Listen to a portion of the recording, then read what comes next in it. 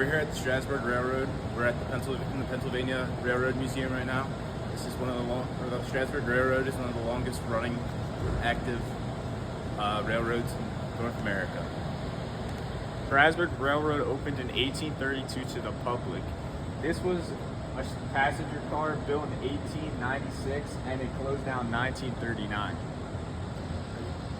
Isaac Roth managed the Strasburg Railroad for about 20 years until the fire of January 16, 1871, which caused over $1 million worth of damages.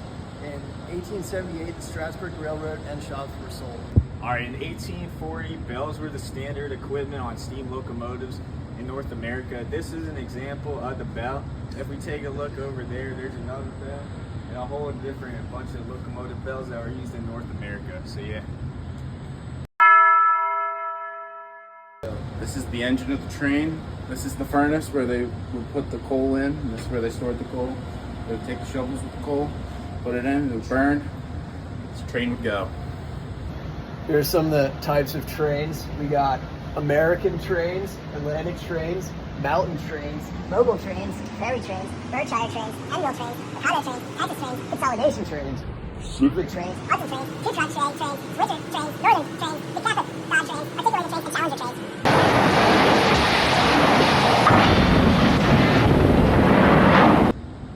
All right, if you were boarding a train at the Strasburg Railroad, these are what it would look like if you were going aboard the train. It says the time, the number, what type of train it is, where you're going, if it's on time or it's boarding currently. So yeah, that's how you.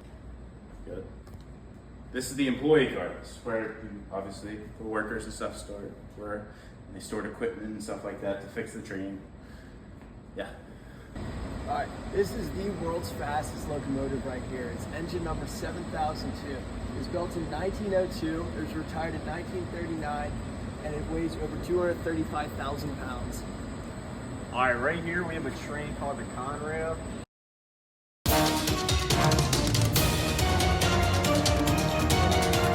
During the 1940s and 1950s, it was actually the first generation of diesel and electric locomotives. Basically what it did is it was the first diesel and electric locomotive, and yeah, it ended in 1984. Many famous people rode on this Pennsylvania Railroad, including President Andrew Jackson, Ronald Reagan, Frank Sinatra, Cornelius Vanderbilt, and many more. This is a warp jenny.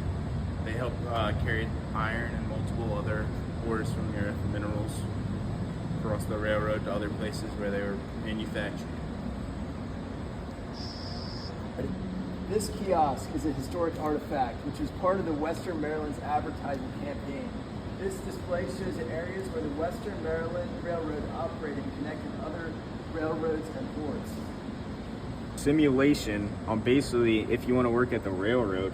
So I like to work with my hands.